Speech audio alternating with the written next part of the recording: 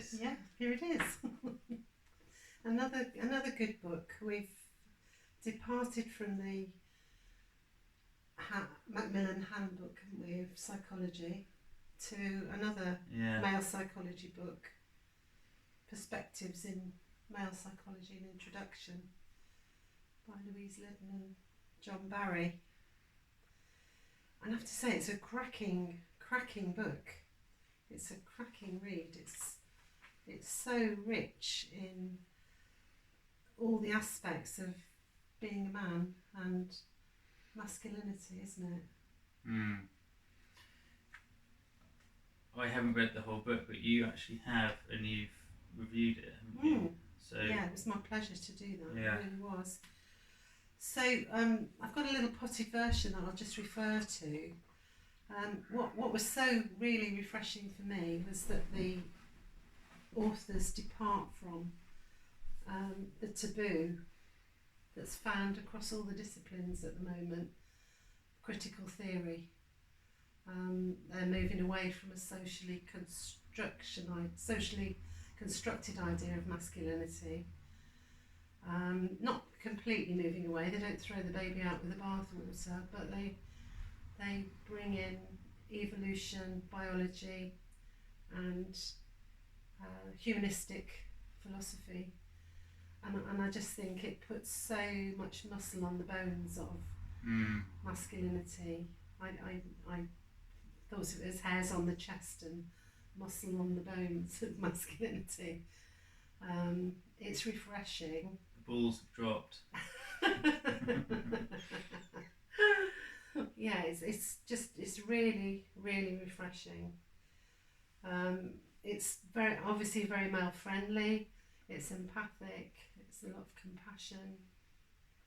There's no sense that if men are suffering in any way, that it's because there's something wrong with them or bad about them. The men's suffering is construed as partly to do with trauma, and that might be developmental, or it might be life event trauma, or to do with the social environment. And I was really pleased to read that, because I do think the environment's really quite hostile towards men. I don't think men are very respected. So it makes male psychology, I think, more complex than it was. I don't like the very thin, socially constructed masculinity of men's studies. I think it's thin, kind of 1-2 dimensional. I think this is much richer than that. I like that it involves some positive male archetypes that replace the stereotypes. That feels really good. It's jammed with high quality research and high quality analysis, and little spotlight features, little greyed out boxes. Yeah, I loved that. And actually, sorry, no, go on. But I really liked the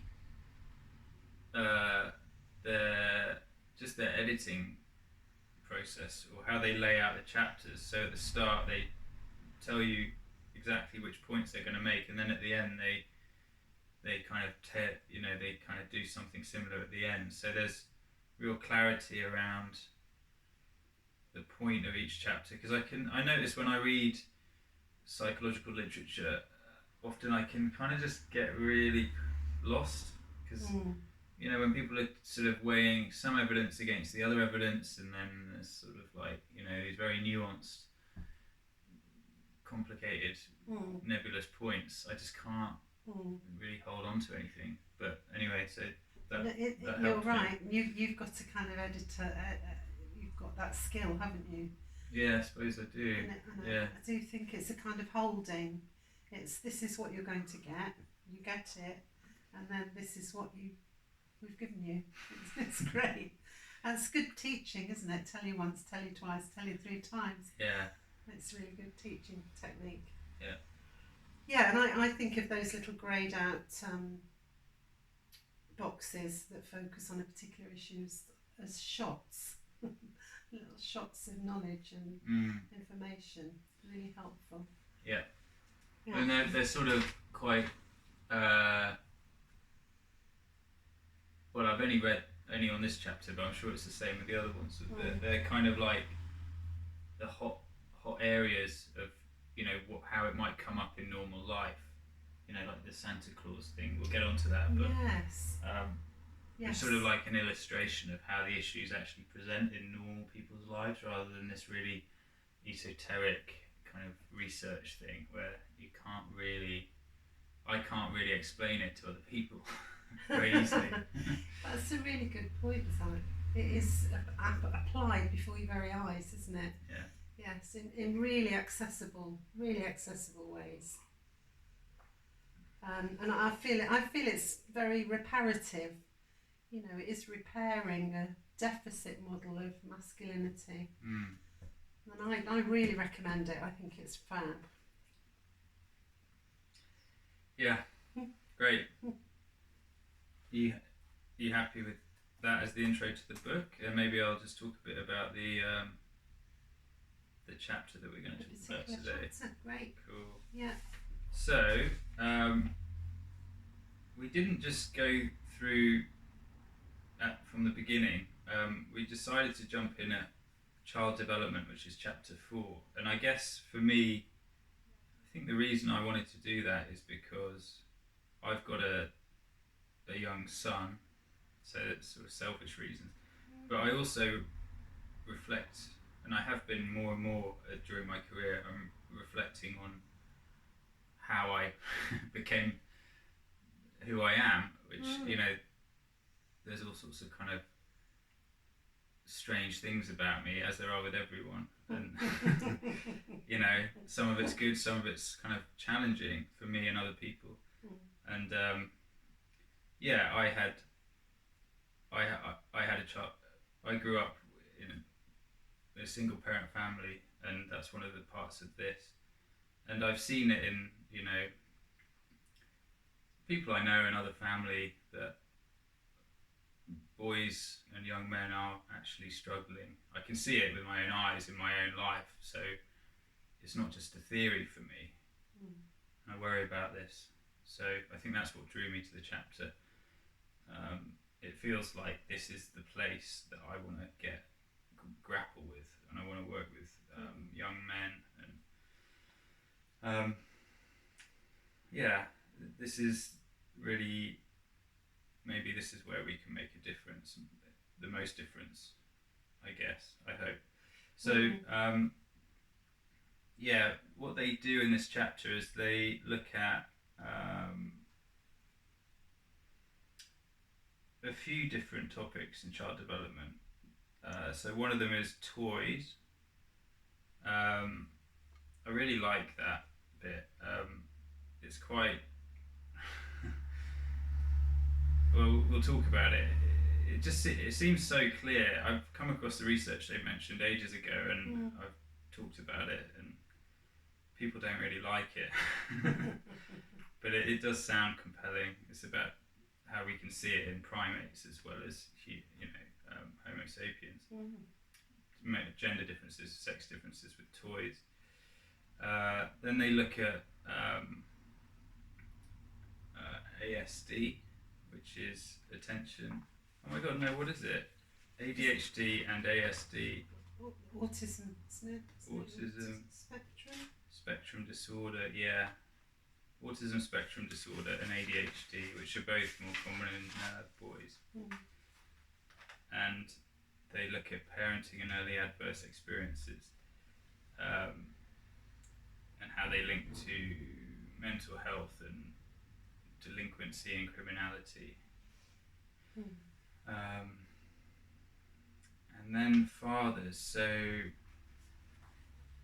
they point out where there's big gaps in knowledge and research, but this idea about biological fathers, what they can bring to boys, positive impact. And then they go on to talk about, which I think is massive, and you've just alluded to it before, what it's actually like to be a boy growing up. Mm. They somewhere in that chapter they talk about toxic was voted the most popular word or the most important word by Oxford Dictionary in 2018. Yeah. And toxic masculinity was second to toxic chemicals as a phrase, as the most important phrase. So this is like right in the zeitgeist, and if you're an adolescent boy growing up, this will be affecting you. This really negative story around your maleness. Yeah. So problematised, pathologised. Yeah. And it's shocking once you start really letting it all sink in. But yeah, so maybe we'll just start working through it.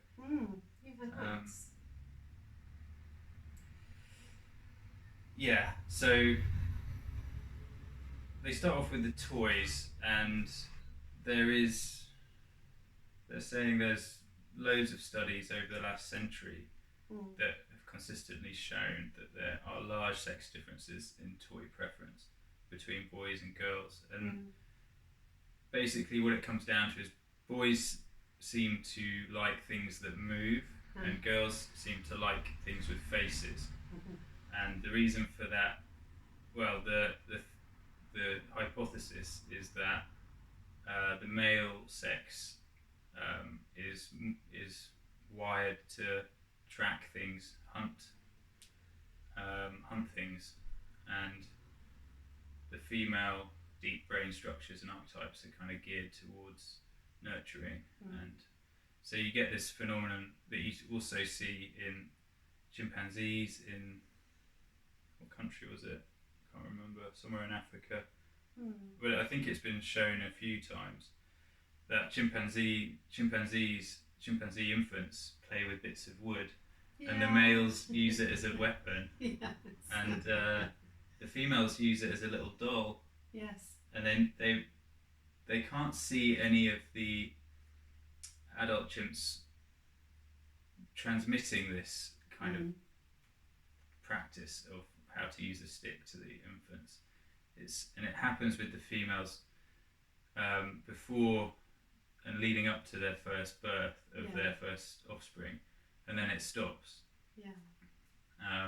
So it's sort of, the idea is it's practicing to that nurture role, that archetypal role. It's a really sweet image, isn't it? It's really sweet. And just, I feel such affection for the boy chimps playing with weapons. Yeah. Preparing, to protect. I think they get and they also use it to get, I don't know what they're trying to get out of holes, like maybe insects or something. Can't quite remember, but practical. And there's something in here about research. It's so much research cited, so I'm not going to go through it all, but that basically people, before they have kids, they tend to have, in some research has shown, they tend to have a kind of more of a social constructionist idea of, kids only play with different toys because we kind of socialise them that way, and it's all to do with the marketing and the toy manufacturers and parents pushing their gender biases onto the children. But then the research is showing that once people have actually had children, they move away from that perspective and they just kind of go, all right, it's really incredibly strong. I really like that about it, that yes, once you have a girl or a boy, the whole idea of it being socially constructed goes out the window. Yeah. You kind of meet them, don't you? You meet them. It's powerful because young boys are like pumped full of testosterone, and they're not remote. In my experience, I've got a boy and a girl, and maybe I don't know how normal it is, but yeah, that just in terms of the level of activity and movement and kind of physicality. It's so stark, the difference. I always like the research of Sweden, kind of the most equal country, one of the most equal countries in the world. So you would expect there maybe not to be typical gender stereo preferences with toys, but there is. And also there is with proportion of sex in certain professions, like there isn't a greater ratio of male nurses in Sweden. No. So it's quite a good. It seems to come up quite a lot that the Scandinavian countries as a sort of control. Well, it's more than that, isn't it? It's like they're more traditional than a lot of less equal countries. Yeah. When people are free to choose, they're choosing what they actually gender want. typical roles on the whole. Yeah. Yeah.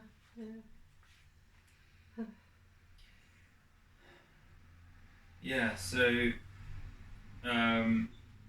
their summary of the toy research is that there's 3 explanations for this difference. One is environment, which overall seems to have very weak evidence, but is sort of the most politically correct theory. Then there's biology, which there is strong evidence for. Which includes evolution, doesn't it? Yeah. And a combination, isn't it? Yeah. Is there another explanation, or is that it? No. I don't think there is. No, that's it. Yeah. Yeah.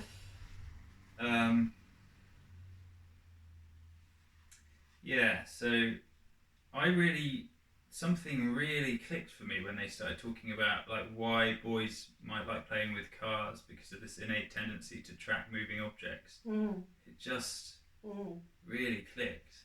Yes. And it's so clear when you see this in young children. And their enhanced skills, rotation skills as well, come into that, don't they? Yeah. So there's research that mental rotation of objects is more highly developed in male brains, and event mapping, which I guess is the tracking of objects.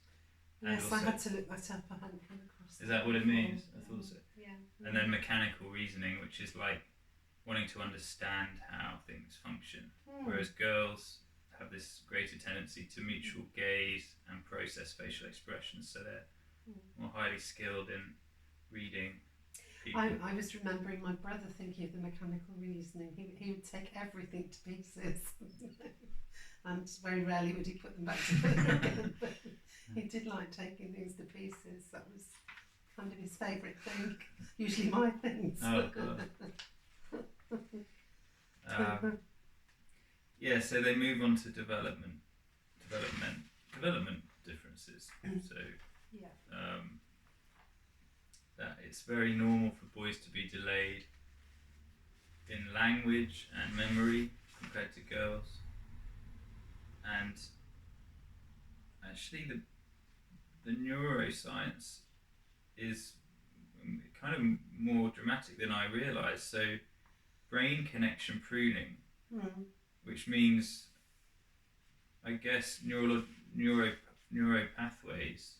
You begin life with loads, don't you? Yeah. And I think you get to an ultimate max at about 24 months, and then they get pruned down. But I didn't know that there's another stage of this connection pruning that starts in girls aged 10. Yeah. And it doesn't start in boys till they're 15. No. That is massive. It is a massive difference, isn't it?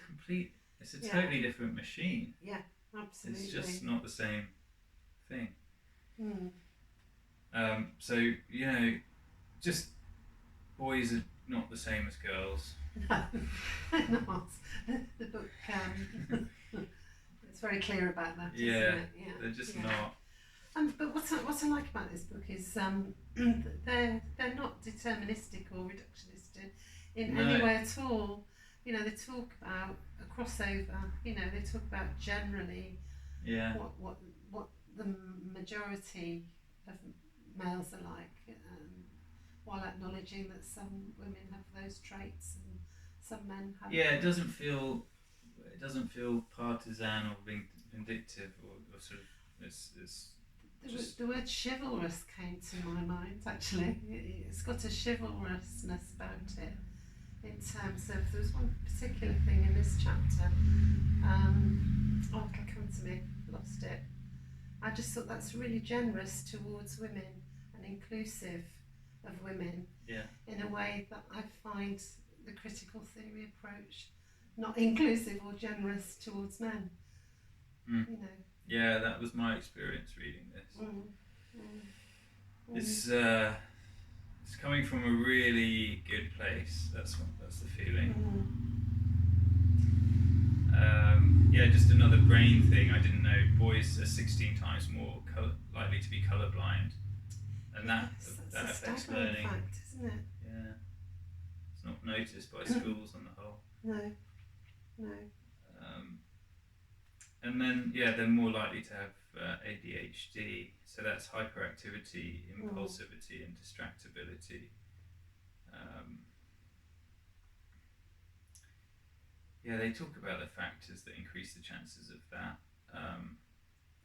The one that resonated with me is father absence, and the father at home provides boundaries on emotional regulation, and so the child with a father at home gets to have a more developed sense of boundaries, and there's a sort of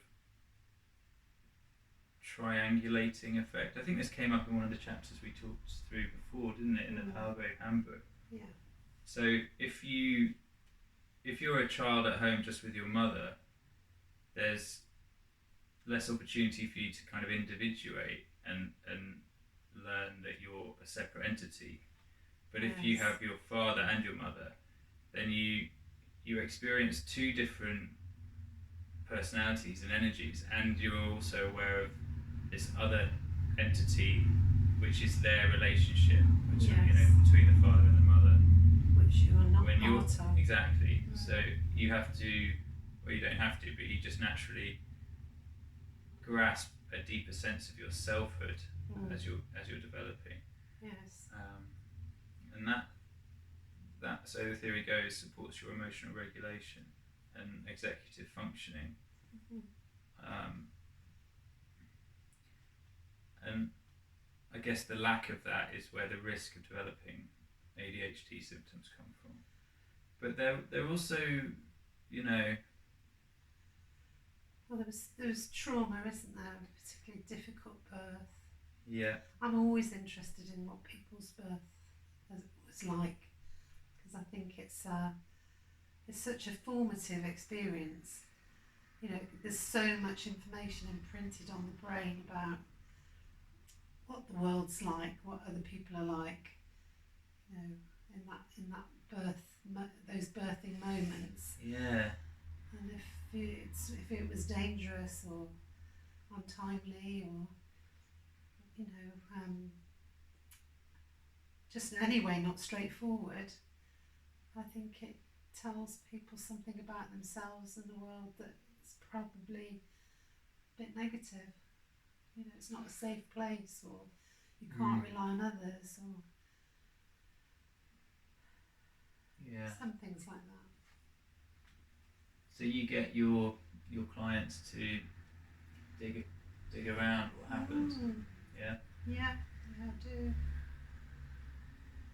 I'm very interested in the story of the birth, the one they've got, or they can find out from parents what it was like, what was going on.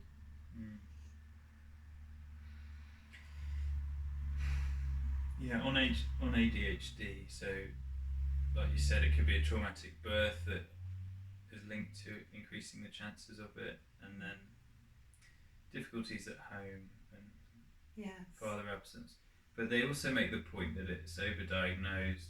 It might be overdiagnosed. There's certainly a case to be made for that, and over-medicated. And I would personally, my feeling is that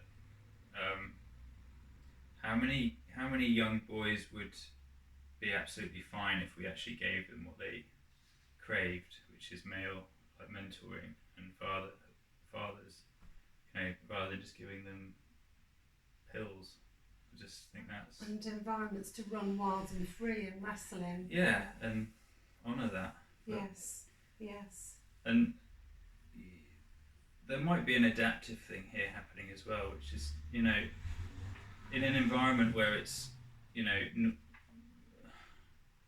normal to sit still, at school, then maybe ADHD symptoms are a problem. But if we get, if our civilization kind of falls back to, prehistoric levels of technology, we might actually quite want ADHD boys to help us hunt and stay alive. So it all depends on the perspective you take.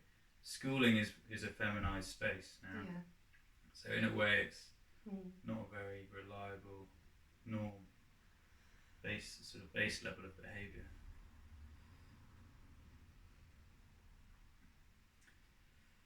Yeah, and then autism spectrum disorder.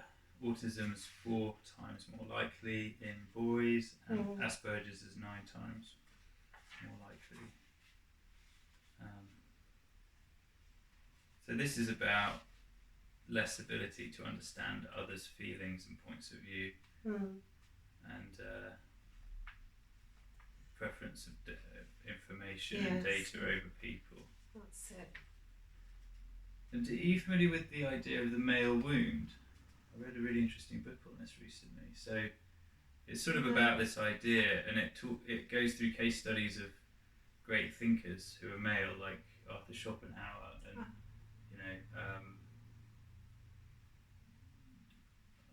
quite a few. I can't remember the other ones off the top of my head, but it's a really interesting theory anyway. But just really quickly, the male wound is this idea that the young boy at some point realizes he's not going to become like his mother, and so that's the moment at which there's this wound, which is like, oh, I'm not the same, and there's a kind of, that has to be metabolized. And then depending on the relationship with the father, if the father's not really around, it can create kind of almost more extreme, or if there's difficulty with the relationship with the father, it can create this sort of it's very similar to what they describe as autism spectrum disorder. It's like an extreme version of the male brain. Right. So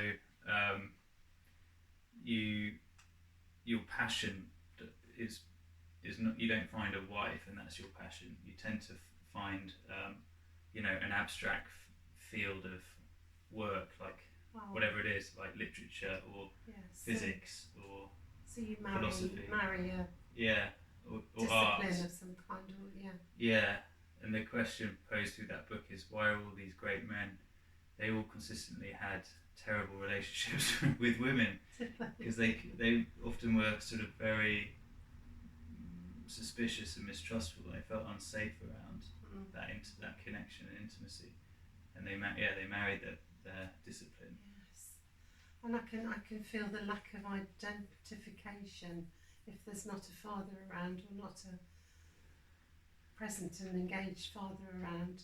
So if I'm not mum, who am I? And that remains unresolved. Yeah. And I mean, I can just talk about my own experience growing up with a single mum who was sometimes depressed and struggled, and two older sisters who were often, volatile, which normal kind of adolescent behaviour. But I can distinctly remember just feeling like, oh, this is just, I hate this. I hate this kind of emotional outburst, chaotic kind of craziness. So I kind of just went, no, and I've carried that through. I was just struck by the lack of mirroring and how disturbing and disorientating that can be. Yeah. And the lack of the kind of masculine container in that environment, in the home environment. that really comes up in this chapter. It does. But I've been personally processing that a lot recently.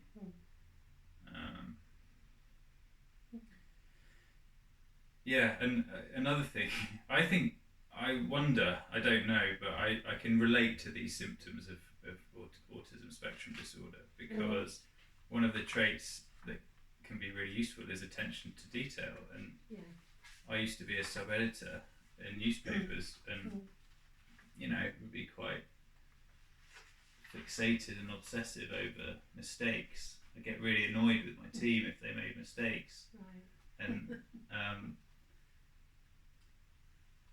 so you've got to have a certain attention to detail, I guess, to be able to, for that to just come naturally, I suppose. Yeah. Well, the idea that there's a blessing and a curse in everything comes to mind. Put you in the right environment and it's a blessing. Yeah. But put you in a different environment and it can feel like a curse. And I've definitely experienced that both ways. Yeah. And I don't think we pay enough attention to what kind of environments suit boys, what kind of environments suit men. I don't think we give it any attention at all, to be honest. Yeah, I was telling you earlier, a little boy close to me who's just been permanently excluded from school. I have no doubt that if he was put in the right environment, he would flourish. It's nothing to do with. It's not that he has a deficit of intelligence or things to contribute to the world. It's just that specific setup of going to school and being asked to do the things that he's asked to do doesn't go down. He just can't do it, and he lashes out because his body just doesn't feel safe. Well, you either externalise, don't you, and lash out, which gets noticed, or you internalise, don't you, and kind of disappear. You're there in body, but you're not really there in mind and spirit, are you? And actually, it's probably a good sign that he's lashing out, because if the organism just stops and gives up, there's no fight left. I think so. I always think there's still some hope that the environment will catch you and hold you, if you're acting out. Yeah. Whereas if you've gone into a kind of shut down, depressive, cold rage, you've given up any hope. There isn't any hope in that.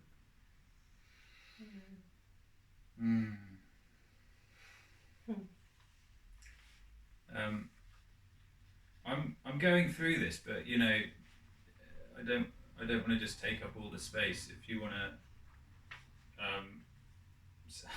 to contribute or anything, but I'm noticing attachment is the next one. Maybe you want to say. Okay, yes, I'll say a little bit about that. Yeah, I mean, it's such a fundamental topic, isn't it? Attachment. We were talking earlier about it being just at the core of people's well-being or suffering. If you're securely attached, then life's challenges don't seem so crushing, and also you naturally will reach out for help and be supported, allow yourself to be supported. Whereas if you're not well attached, things are very difficult to process. Change is very difficult to cope with. Relationships are very difficult. The odds are stacked against you, aren't they, in terms of quality of life, if you haven't got that initial good bond. So the authors here talk about the primary caregiver being the mother, and the quality of that attachment having a profound and lasting impact across the child's lifespan.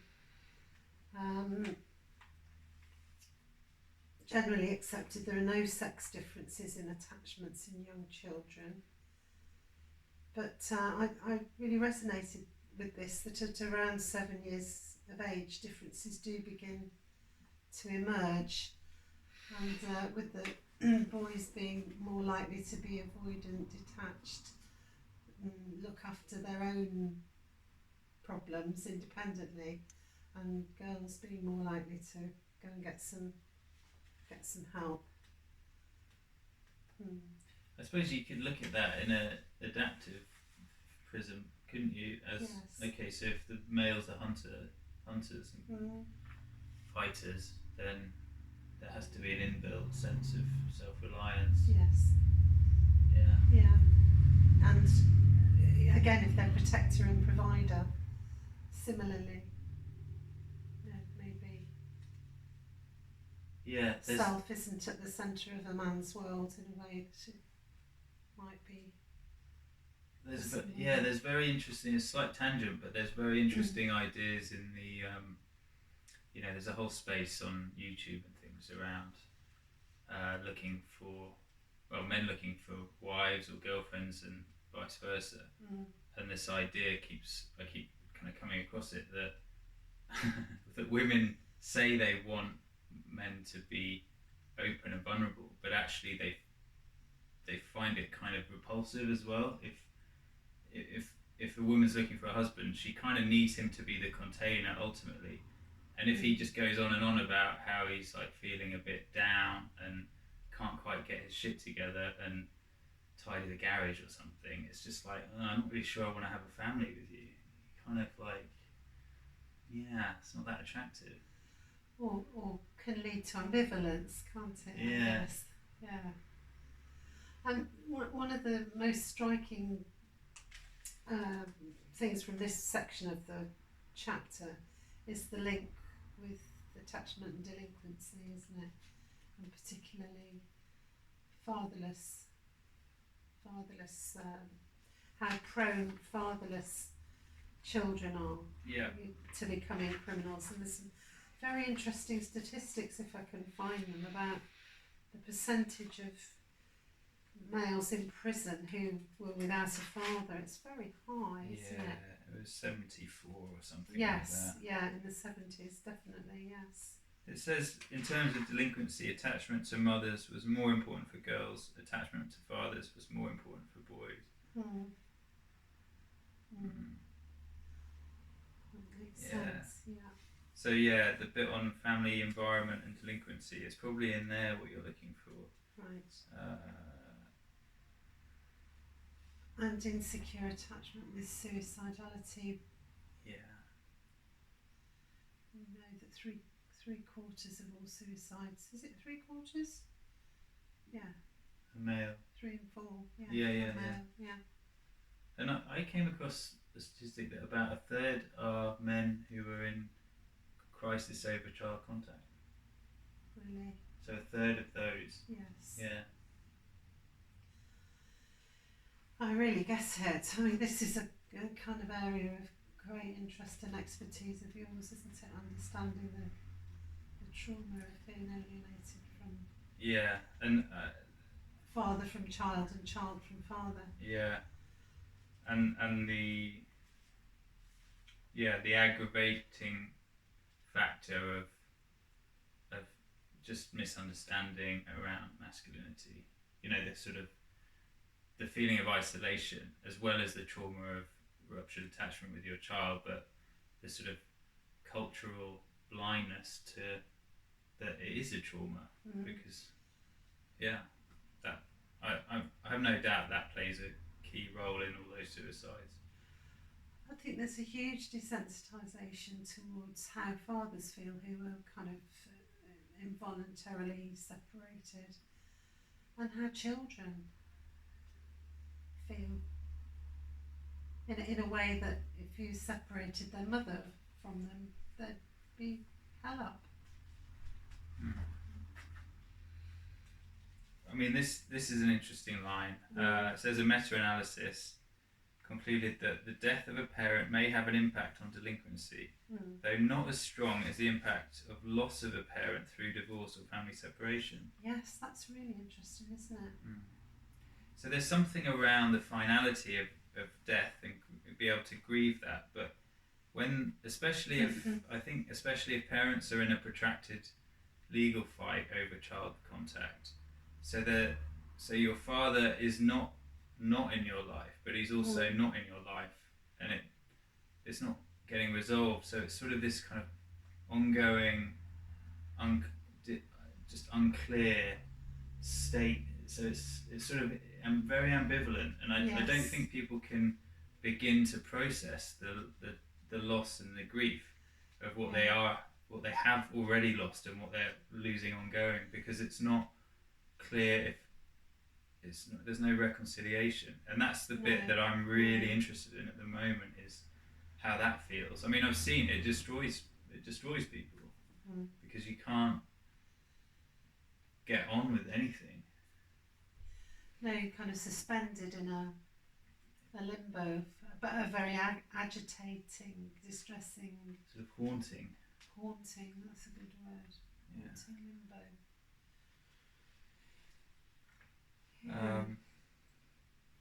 So, God, is there anything else you'd like to say on that delinquency piece? There's loads of interesting stuff. There is lots of interesting stuff, isn't there? So single parent families are more likely to produce delinquent behaviour. Yeah. And big families are as well. Yeah. I found that really interesting. Yeah, it is really interesting. And then, the next one is violence from parents, and maybe if I just read that out, because that really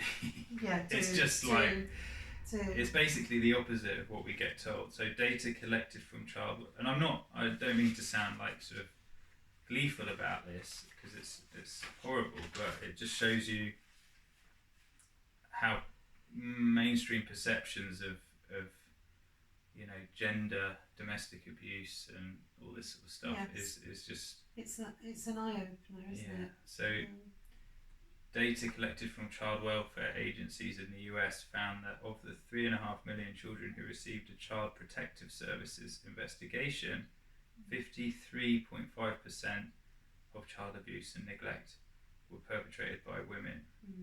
In cases of maltreatment, 39.4% of victims are maltreated by the mother acting alone, and 21.5% of victims by the father acting alone. So that's double, basically, the women than the men. Yeah. And there's a few other statistics there, but they're the ones that really... Oh yeah, in cases of child trafficking, 7% were by the mother and 4.5% by the father. So again, nearly double by the mother, by females. This interested me hugely, because I think this goes against kind of common wisdom, if you like. Abuse and neglect was much more likely to come from biological parents than from step-parents, foster parents, legal guardians. Yeah, I think somehow I thought that it was more likely to be... I knew it was going to be close family members, but I would have thought... I don't know why, but I thought it would be more likely to be step-parents. I was really surprised. Really surprised. Yeah. And here's the chivalry, the importance of mothers. Yeah, yeah. Yeah. This is quite nice, the way they talk about the shift in attitudes from not being a mother to being a mother. Yes. And the shift towards traditional parenting roles. Yes. Yeah. Shift in attitude happened gradually over a year or so after birth.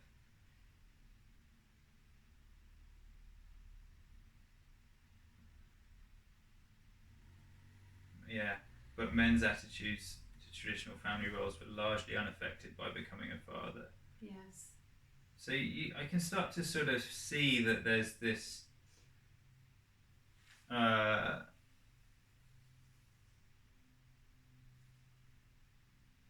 maybe a realism among men that really is challenging for this sort of zeitgeist woke culture, but that actually quietly millions of women are moving into that space as they become parents. So maybe that gives us a bit of hope for the craziness to stop. Maybe. Yeah. And I liked this next section about the importance of fathers in preventing delinquency. Yeah. And that poor attachment was strongly linked. Yeah. And dad deprivation leaves boys more vulnerable to a life of crime, and prisons have been described. I love Farrell. Yeah. Warren Farrell. Centres for dad deprived young men. I like that. Yeah, I think that's taken from The Boy Crisis. Yeah. It's a great book. It is, yeah. And they say it's actually 76% of men in prison had an absent father. 76, yeah. And 33 had an absent mother. Yeah. So, importance of including fathers. And the discussion about gangs was interesting too. You know, they're looking for a father figure in terms of a gang leader, but also the thirst for community and acceptance gets satisfied. Yeah, they just they describe this the lack of initiation and rites of passage for adolescent boys as, I mean, it's the obvious place to start with this. You know, in all other times and all other cultures, boys have been taken and supported in their transition to basically take on responsibility for the tribe or the village or the society that they're in. Kind of properly launched. Yeah, and then that's recognised and fed back to them. Whereas what we do is just sort of ignore it, really.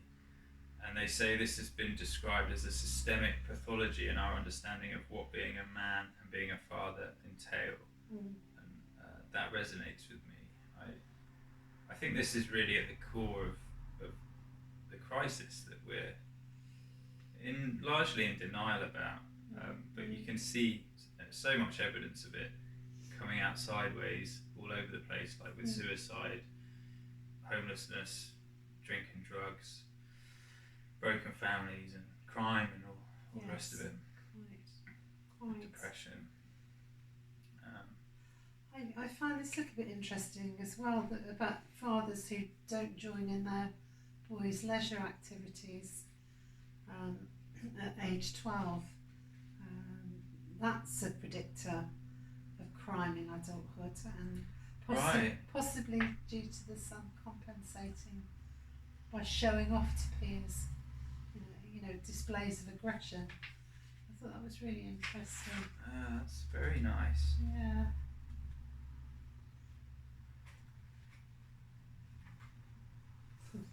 But this made me smile.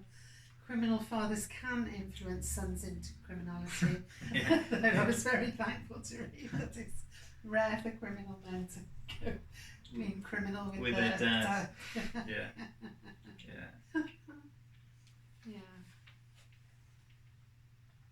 Have we gone past the bit on parenting style? Have we? No, I don't know. it's down here. Okay, so I must have. Yeah. Oh yeah. What's making you smile? Just that thing you just shared. I just saw it. It's really funny. But yeah, the difference in parenting style. Again, this comes up with sometimes with the men that I work with, separated fathers who are fighting to see their children. In that space, so in the UK, you deal with an organisation called CAFCAS, which sort of is supposed to be there to act on behalf of the children and represent the children in the family court process. And in my experience, they don't. And also in the magistrates and the judges, there's no recognition of a difference in parenting style and how valuable that is to the child. It's just like, no, you have to do all these things that the mother does, and you have to do them exactly the same. And if you deviate from them, then we won't let you. You know, that'll count against you. You might not be allowed to see your child because you are deviant. Yeah. Yes. So one of my arguments has been, you know, just generally throughout my life since I became a father, that I am be careful what I say here, but I encourage my children and, you know, my other children in my family to take risks, to walk, you know, to climb trees and to swim in the sea, and you know, that's what I did when I was growing up. That's what it's a sort of like taking on risk and being able to become self-reliant and assess risk and look after yourself is really important. And I think if we only give children a mothering style of parenting, then, which is kind of what's, you know, it's sort of happening on a large scale, because the schools are like that as well. It's thought of as sufficient. Yeah. I agree with you. I was just thinking of my own dad, you know. He had a generative fathering style. He was always interested in improving me, but in a really playful way. Like, we'd be tossing a ball and I'd be doing my times table or spelling or you know, just all the while wanting to help me, you know, in intellectual growth and skills, you know, with gardening and things like that. Yeah. Developing skills that are going to be useful for the future. Yes. To live better, the next generation to live better. And that's in contrast to the mothering style. Do you want to describe what the difference is there? Well, because it's not good or bad, is it? It's no. In a nutshell, I think mothering is about the survival of the child. You know, the physical, emotional survival of the child. That's not to say that father doesn't contribute, because of course he does in the providing and protecting. But this seems to me as though this is about growth and development and suiting you for adult life. Going out into the world. That's it. Oh yeah, and there's a bit in the book Iron John. Have you ever read Iron John? No. That's great. You should read that. And he describes like the father fox quite brutally kicking the cubs out of the den. So it's just sort of saying, right, get on, like get out into the world, and it's sort of like a thing that the mother can't, you know, would really struggle to do. The mother fox, but the father fox can have that edge, and a slightly brutal, merciless edge, but it's for that, it's out of love. Yes, I like that. Yeah, I've definitely experienced that from my dad a lot, and it's been hard, but it's pretty much always been, looking back, kind of appropriate. You know, when I've just been floating around in between, didn't know what I was doing, he would be like, right, what's going on? Do you want to come and stay at my house and you can figure out what you're going to do? Or, you know, just not letting me off the hook. Yes, not letting you kind of float around. Yeah, and just ground you and want you to give bullshit reasons for not doing stuff. Yeah. Brilliant. And I always love when these writers write about rough and tumble play. I just think that's so important for kids, isn't it? And that's real dad stuff. Yeah. In my eyes. And I think fathers can be a bit rougher, or a lot rougher, but that's not to say to hurt the child, but I think testing the limits more than a mother can do. Yeah. And I think often mothers don't understand that, and they just don't want it to happen. Don't know if they sometimes understand what the point of that is. I've had 3 daughters, so I don't think there is quite the rough and tumble, but there definitely was rough and tumble, but because it's actually about creating safer young men, isn't it? If a boy can get overstimulated while he's playing rough and tumble, and then learn to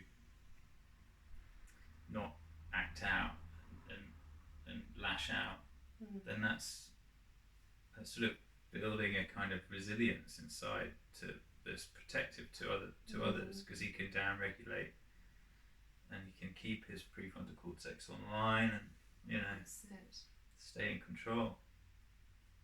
Yeah.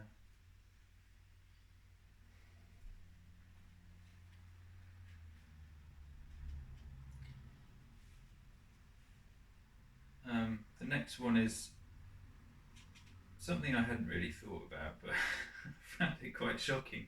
So biological fathers versus stepfathers, and there's this the American Academy of Pediatrics guidelines on fathers doesn't actually distinguish a father from a stepfather or any male. No, It's could be kind of any male shocking. figure. Yeah, So what does that say about how we think about fatherhood? Like, that they can be substituted? yeah, they're just like, no, they're not really. Any man That's will do. a bit like. I mean, that sort of attitude is kind of still in the mix, I think, in family courts. I just don't think people really. As long as the father is like paying his child maintenance, it's like that's the main thing. I don't know. Maybe I'm being a bit unfair here, but there's definitely a blindness to what fathers contribute, and like you say, there's a kind of feminine idea of how children should be parented, as opposed to a masculine version of that.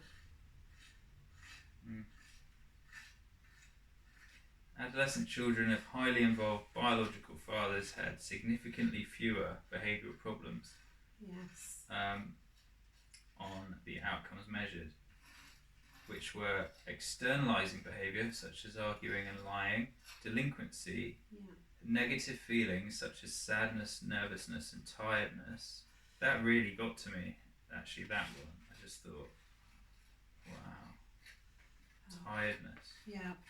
Sadness, and internalizing behavior, so being withdrawn.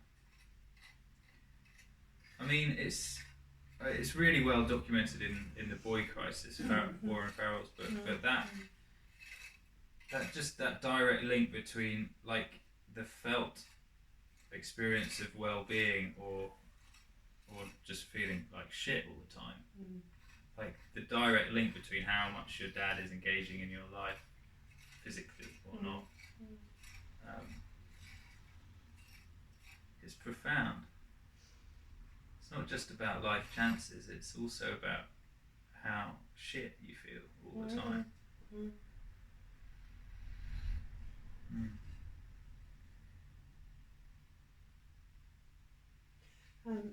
Mariani et al.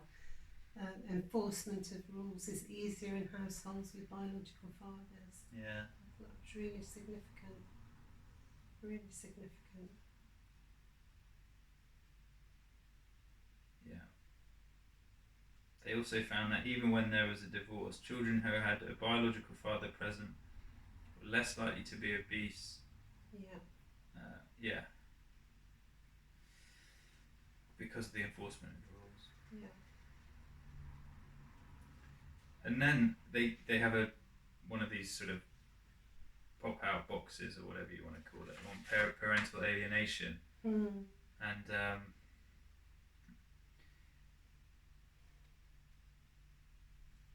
a kind of balanced, fairly unremarkable description of what parental alienation is. I thought it was a very accurate, brief description of it. Yeah, do you want to read it? Yeah, I mean,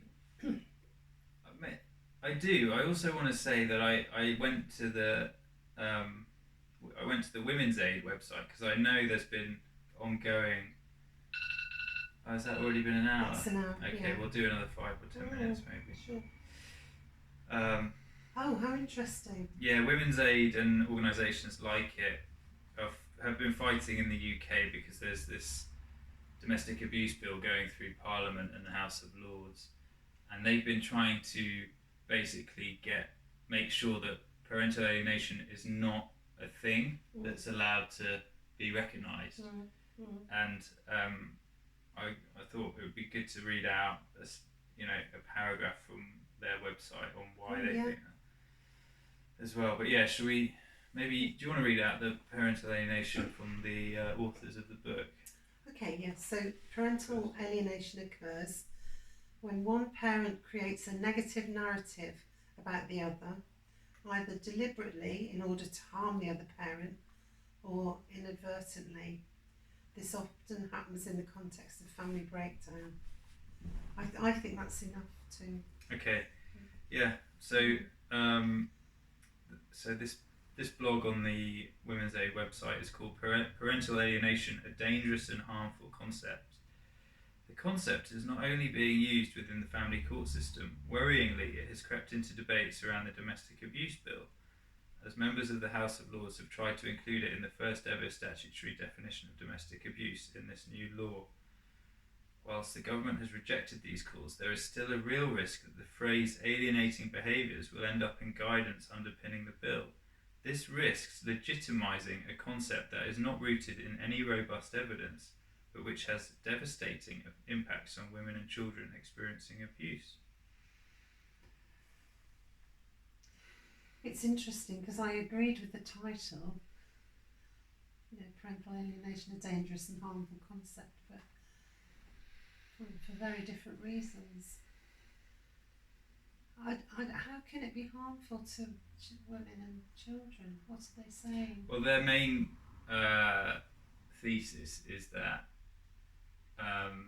if a man is fighting for contact with his child and the mother accuses him of domestic abuse, he can use that as he can say, well, she's just doing that because she's guilty of parental alienation.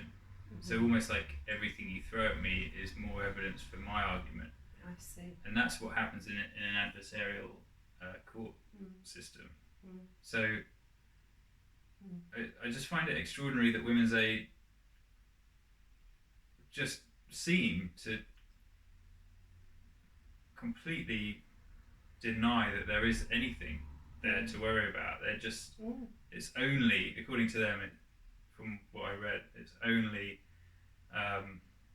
another sort of stick to kind of abuse women and children with, because men are always perpetrators and women and children are always victims of men. So yeah, I find that very polarising and just really unhelpful. I've worked with a couple of women who've been alienated parents as well. I've worked with more men who have been, but I've worked with a couple of women who've been alienated parents. So that's not serving women either. No, it feels... It's certainly not serving children who, I think it ought to be the norm for father involvement, and that you should have very good reason for not, and I wouldn't like to be the one that has to decide what those criteria are, but I think it should be the norm that there's contact in one fashion or another. And there you go. There are these very ideological organisations that get a lot of funding and a lot of traction in the statutory system. Respect is another one that actually gets to what's the word I'm looking for? It gets to give a stamp of approval to all the courses that men get sent on to sort of become the remedial courses for domestic abuse. Yeah. So unless a man goes on a respect accredited course when he's ordered by a family court to go and get support, he can't see his child. And the only courses that respect approve are ones that are modelled on the Duluth coercive control model, which is disproven and doesn't work. And again, it's similar to Women's Aid's ideological stance in that there's no middle ground. It's just, men are bad, women are victims.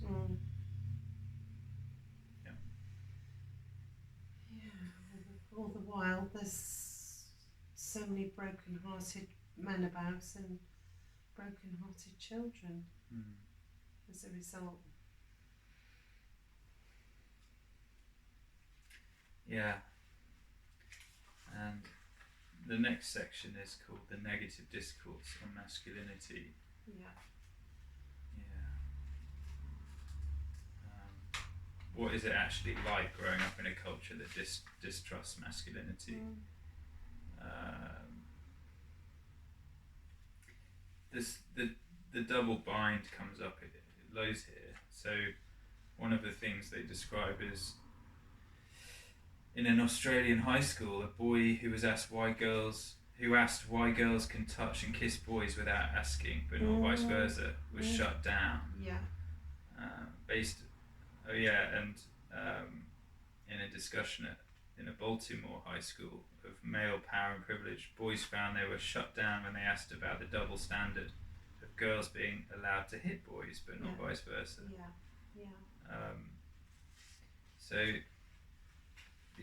The impact of Me Too on boys is to make them resent being shamed, confused, silenced and worried to the point that they're becoming averse to romantic relationships. Yes, it's true, isn't it? Yeah, this is alienating. There's so much fear, actually, I think, around having relationships. I see this in my clients quite a bit. This worry of being, getting into trouble or being seen as a predator. There's so many different ways of getting into trouble, aren't there? Yeah.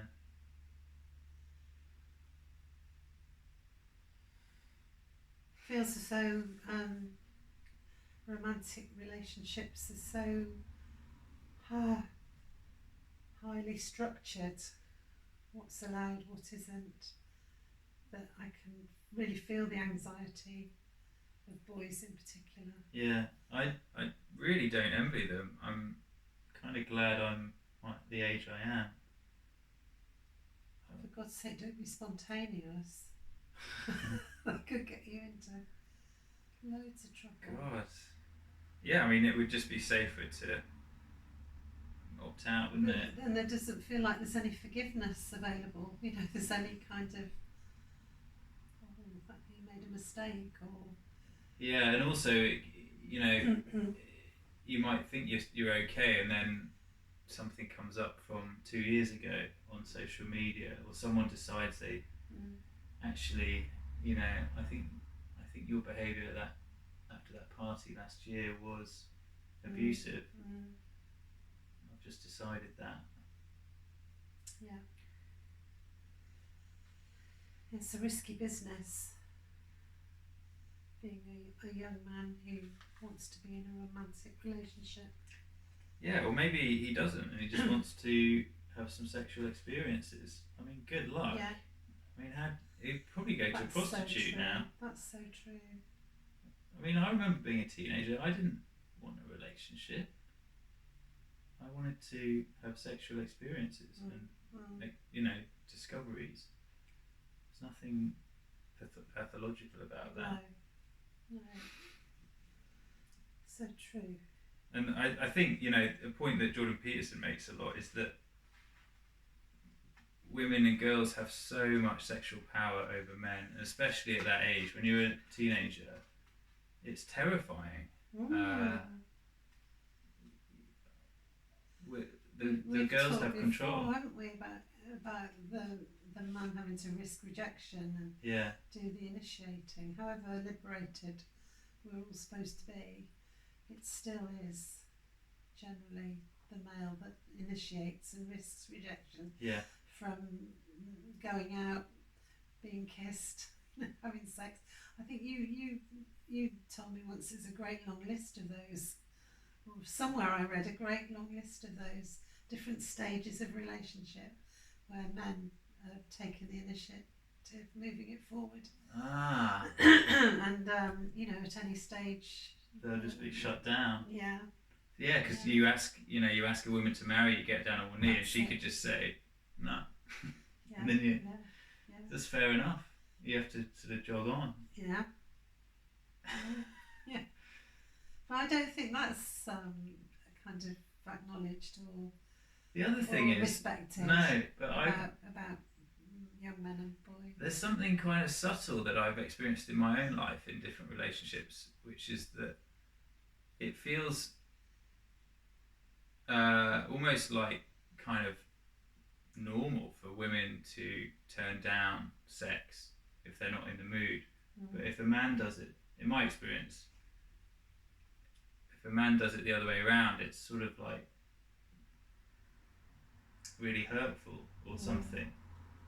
I don't know if that resonates, but yes, it does. It definitely doesn't seem symmetrical. No. It seems like a man has to chase and chase and chase, and if she's not up for it, okay, fine. Yes. Just sort of like take that on the chin. Yes. But it's not like that the other way around. It's very personal and it's very sort of hurtful. Yes, I think that's true. Interesting sex difference around sex. Yeah. So I tell you what, it's kind of my way of concluding to some degree. You might want to say more, but I'm thinking what this highlights for me is how much more research is needed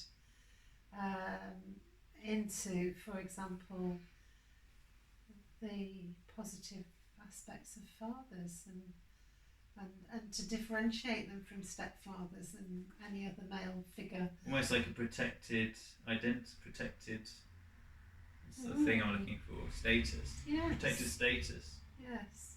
I am English, I'm white, and I'm a father. Yes, yes. All of those things are like actually okay and important. Yes. Yeah. Yes. Yeah. Not just a man looking after or not looking after a child, but a father. Yeah. My child needs me. Mm. Actually, that is very on point. I mean, because that's so simple. And I think we can get bogged down and distracted in loads of stuff, but the point is children need their fathers. They need their biological fathers. Yes, yeah. Absolutely. Yeah, good. That's a good place to leave it. Yeah. That was great. I really enjoyed that. Yeah, thank you. Thank you. Yeah, there's so packed. There's loads more that I could have said there, but we've been going for ages, so yeah, we have. maybe we'll do another one pretty soon because it's been a while. Hasn't Yeah, it? let's. Yeah. Okay. Yeah. Thank you. Thank you.